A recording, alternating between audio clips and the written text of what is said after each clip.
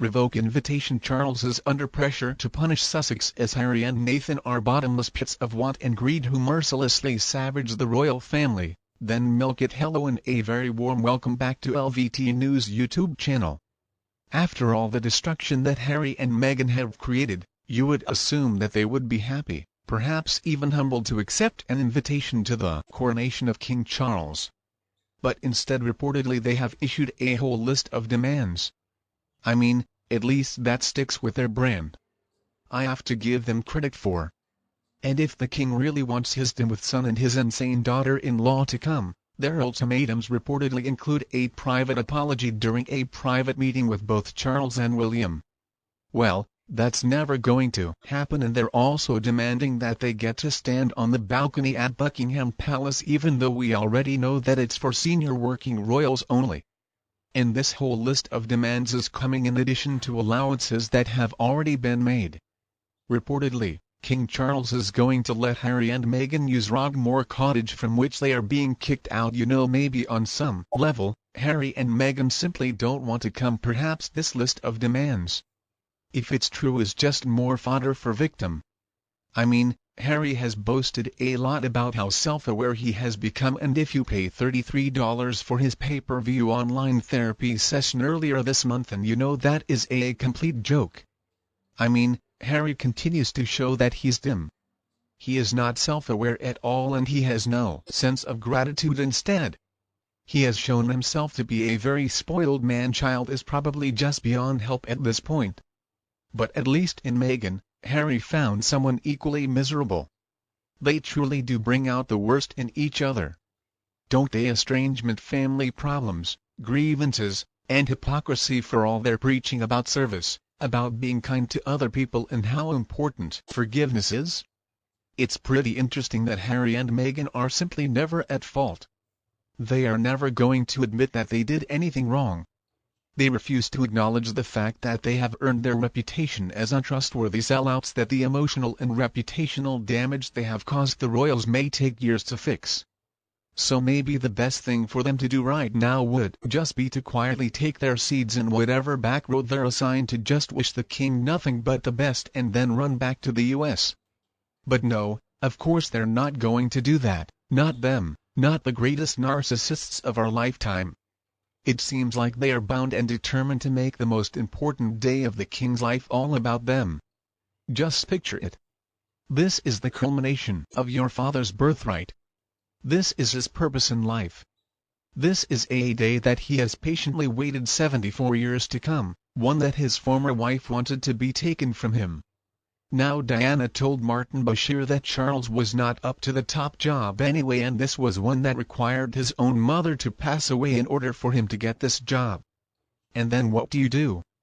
You go ahead and say horrible things about him in your memoir, implying that he failed as a father. But he still issues an invitation to you and your nasty wife, and reportedly you turn around and say, "Oh, it's not good enough. I need more." Pretty much everybody would have understood if Harry and Meghan had been excluded, so they were very lucky to have been invited.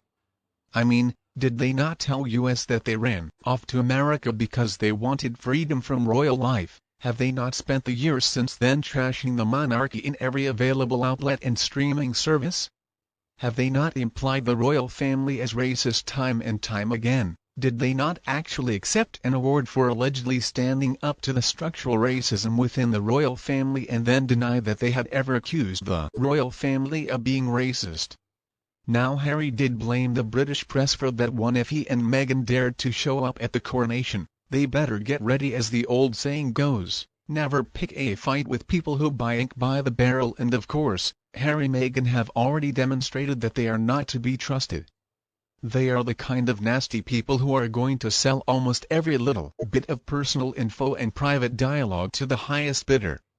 Honestly, I am shocked that the king is going to even allow them to get close to him, especially considering that reportedly, Harry broke his father's one request that Harry not insult Camilla in that stupid book. Well, of course, Harry went after Camilla in the book. Does Charles really think that Harry's not going to act up on the day Diana would have been crowned queen? Now again, I haven't heard any confirmation about whether or not this list of demands is true, but if it is, in my opinion, the worst out of the whole list is that Meghan and Harry are demanding that they get to stand on the Buckingham Palace balcony with the rest of the royal family, the senior members who actually do work for the crown. I mean, what in the world is wrong with the two of them? What planet are they living on? Have we or have we not been forced, has been the past 3 years, listening to the two of them go on and on about how horrible the royals are? Have they not essentially said that they are too good? They're too enlightened for royal life, while at the same time they keep a death grip on those titles. In fact, did they not christen their daughter as a princess, with Tyler Perry serving as her godfather before the palace even made Archie and Lilibet titles public? Harry and Meghan do not want it both ways. They want it all the ways. They have made complete laughingstocks out of themselves. I mean, does anybody remember South Park, the Royal Todger, the worldwide privacy tour that they are still on, apparently? By not engaging with the two of them, by not letting the gruesome twosome drag them down, the royals have played this game perfectly. So no, Harry and Meghan absolutely should not be standing up on that balcony. Nobody wants to see them there anyway. Definitely not Prince William. Reportedly, he is furious, and rightly so, by his brothers' repeated betrayals, and not the people of the UK who, as polls will demonstrate, cannot stand the two of them. Now, for what it's worth, most people in America feel exactly the same. The palace needs to stay strong in this. Prince Harry Saturday with Oprah as his grandfather was ill in the hospital, and he let Meghan imply that his family was racist, that they didn't care about her, that they didn't care that she was feeling suicidal while she was pregnant with Archie, and that the royals didn't do anything to help her adapt in spite of the fact that they fast-tracked her into the fold. It's unforgivable. It was so cruel, and this was an act that could have ruined his grandmother's legacy, but he didn't care. Harry and Meghan reportedly cannot accept this invitation on the king's terms, but I think that is a fair warning. Nothing the palace agrees to is ever going to be good enough for the gruesome twosome. The thing is, they are just bottomless pits of want and need. They are filled with grievances and betrayal. These are their default settings. They cannot be trusted to come to the coronation in high spirits and in good. But at the same time, if they're not invited, or if they're uninvited, that's just going to play into their victimhood narrative. We can assume that. But if Harry and Meghan do come, they're going to find something to weaponize. They're going to claim something horrible was said by a senior royal, or they'll probably say they were snubbed, or there's going to be some other BS that they're going to try to make money off of, and they'll be crying all the way to the bank. You know what, maybe Harry would do best if he could just spare us all from their presence, and if he's not going to do that, then the palace needs to do something. Honestly, I think it would not be a bad idea for the palace to revoke that invitation.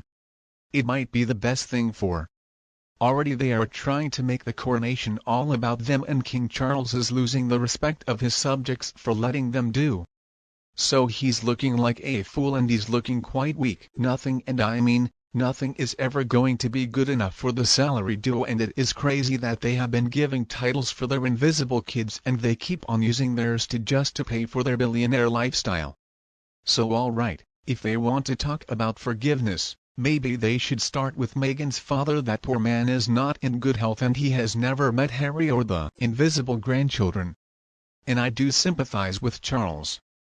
I mean, I'm sure he's still hoping that some kind of reconciliation might happen.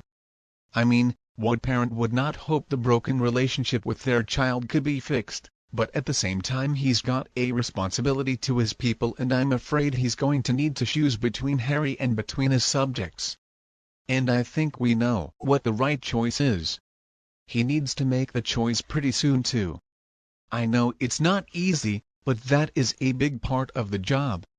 And you know what, maybe Harry and Meghan can just crawl under some big rock and not come out for a very long time. They are miserable people, and the royal family does not owe them a thing. I just wish they would fade into obscurity and stop making every single situation all about them. So you know what, best of luck to the real royals. It looks like